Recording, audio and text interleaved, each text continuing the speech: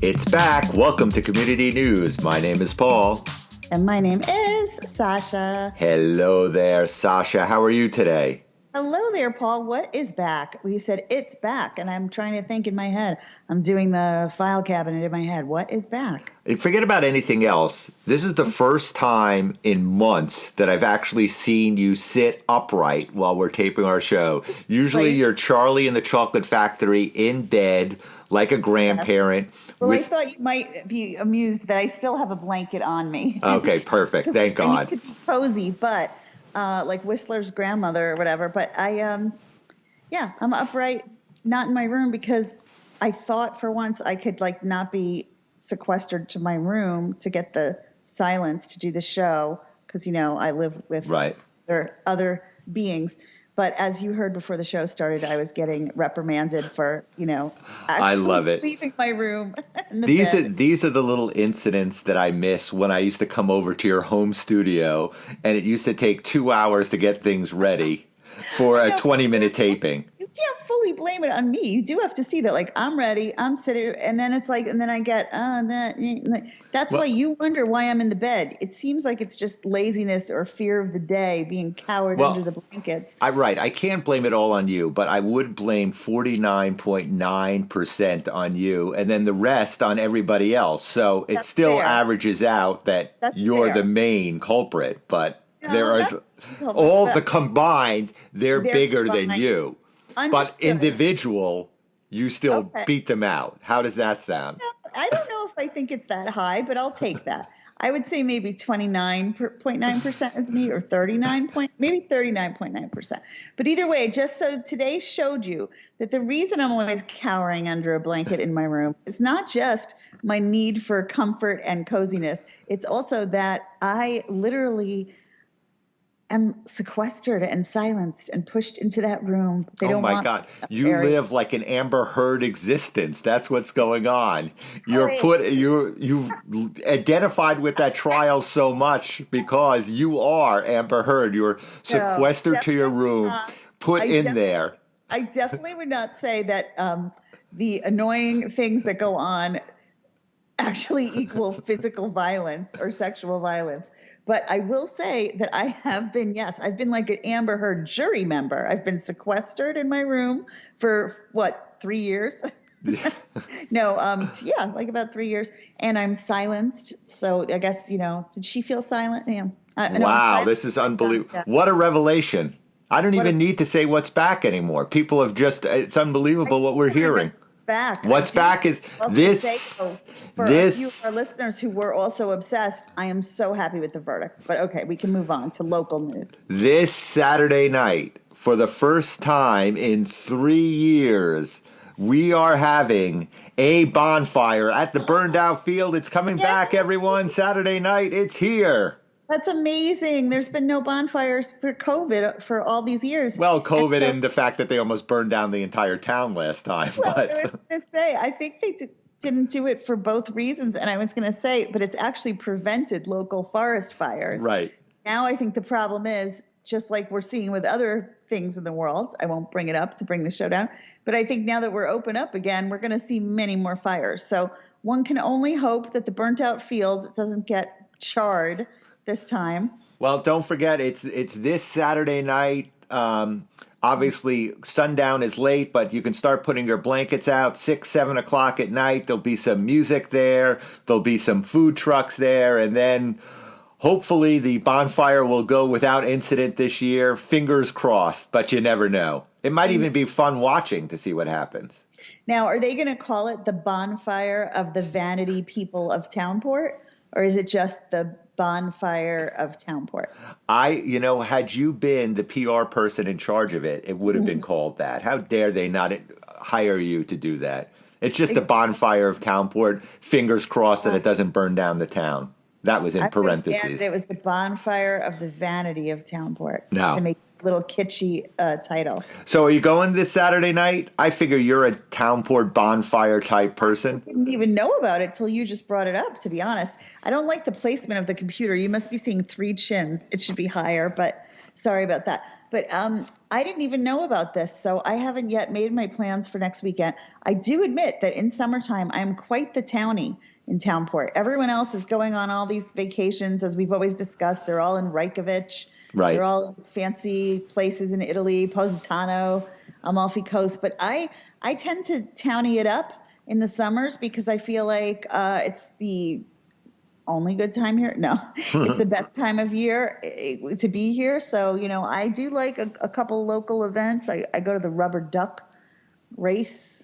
I used to take my kids there, and now they're too big for it. So I go by myself, and I look like the child molester because I'm the only person there without a little kid putting the rubber ducks in the thing. So is that the time that they let you out of your room just to go see the rubber duck race, and then you have to go right back and scurry into your room and locked inside? No, I will say this. It's not that they won't let me leave the house and do things. That's okay. It's just that within the house, I have literally very little ownership to any areas, as you can see. Even though I'm the one who decorates it all. Right. I'm the one who buys every single thing to make it all flow. But then I'm supposed to just curl up under a blanket and be tucked away while everyone else. Well, that's perfect because then you can spend your time devoted to community news as you should. So that's what I do. All I do, Paul, is sit on the computer and read local community news stories to see what we're going to talk about. I spend like 18 hours a day doing that. That's perfect. Well, as you know, then the town pool has been having sporadic hours. They are short of some lifeguards. So if you have lifeguard experience or if you know somebody with lifeguard experience, make sure to go over to the town pool so we can get it open to normal hours at this point. I think I know someone. Who is that? Paul. No, I am not doing that. Come on. There is no way I am doing. First of all, body, like you could be such a role model for people in town, like 50s and fabulous, 50s and fit. I feel like for no other reason, we need to get you out there with a pair of red shorts and nothing else on and a whistle. And I want people to see that this is the goal. If we all just walk 15 miles a day, we could look like you. The problem with that is there's not enough zinc oxide in the world to cover this nose that I have going on here. So I couldn't do it. No. And really, I would probably lose interest, at some point. I would not be a good lifeguard. I would zone out, lose interest, or see somebody drowning that I don't like and say, oh, well. Hey, how are you at saving actual people? I'm horrible at it. I'm horrible. Are you? Yes. I think I'd be bad at it, too. Exactly. So I am not the right person to do it. Right. Like, I'm not the right person for the actual part of the job that happens maybe 0.02% of the time, which is the drowning person. But that's the ultimate reason, right, for a lifeguard. But I feel like I would be good at all the other parts, which is basically just sitting around, getting a tan, staring around at the beach. And screaming at people. What? And screaming at people. Oh, and that would be the best. So you'd have a whistle and you'd have the authority to be like, you're 2 feet out too far. Right. But let me just say my opinion about lifeguards. Fascinatingly, I have noticed that there is a little bit of a bonfire of the vanity lifeguard trade because they do seem to always be sort of flexing, don't you think? Right. Women or male lifeguards, like they kind of know they look good in the red bathing suit and the whistle, and they're always sort of posing like it always looks like a J. Crew catalog. See, and I'm not a good flexer. I'm not good at flexing or moving or contorting or anything like that. I just sort of sit there. Literally flexing in the new way that they say it, like just being so cool. Like you just have to like strike a pose, basically. You see, and you're making it sound all cool because you're doing beach lifeguards, but it's the town pool that needs lifeguards. So True. You're not going to be looking out at the ocean. You're going to be looking at some kid peeing in the pool with the mother looking at her iPhone and not paying attention. Right. I was talking about beach lifeguards. So let me go back and think about the town pool lifeguards. Right. Those are usually teenagers that look bored out of their minds. So they're and that's what you're banning me to a life of because you're stuck in your room. You want me to sit on the chair up there and watch all these kids pee in the pool.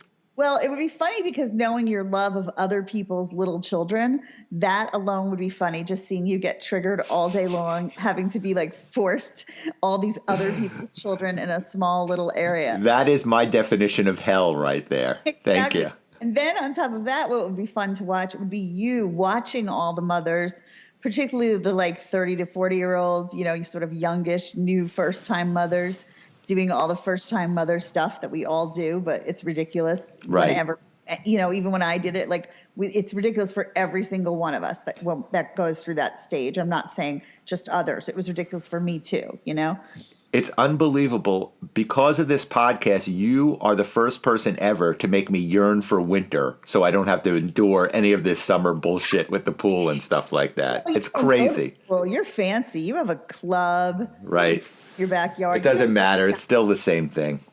Just so our listeners know, and I mean, I don't know if this is good or not. You could edit it out if you want. When you say that, I'm going to. So thank you for making my job harder. All the time that you're the sort of fancy one of our duo, and I'm the more egalitarian, down with the people. So I go to the town pool. I sit my fat ass on the concrete there because they have no chairs. I sit my fat ass there, stick a towel under me, and I'm sitting on hard concrete. I like to reenact as if I'm still in Brooklyn growing up, even though I'm in these posh suburbs. You are off with the fancies. I am with the regular Joes. You can keep that or take it out. I don't know. Do you think that hurts us? I think it has wide appeal. I think it lets our audience know that there's one of us, no matter who you are. If you're a regular Joe, you've got Sasha. If you're a fancy, you've got Paul. Perfect. I think that it sums it up perfectly right there. Anyway, so that's it. Don't forget Bonfire this Saturday at the burned out field. Get there early with your chairs, lots of food and partying and bands and all that type of crap. And if you are a lifeguard or know a lifeguard and want to work at the town pool, contact the pool directly. They will hook you up with whatever you need. Yes. If you have a lifeguard certified teenager in your house, tell them to go apply because that's a good job for them. Also, Paul, I just want to say I hope the Taco Loco food truck is going to be at the burned out field. I have not heard, but they should be there. You'll let us know because you will be there sitting on the hard burnt out field waiting for the fire. So an asthma attack from the charred grass of 3 years ago. And on that note, that wraps up this episode of Community News. And as always, my name is Paul. As always, my name is Sasha. Sasha, it's been a pleasure. I will see you again next week. I will see you next Tuesday, Paul. And we love you, community. Take care. Bye. Bye.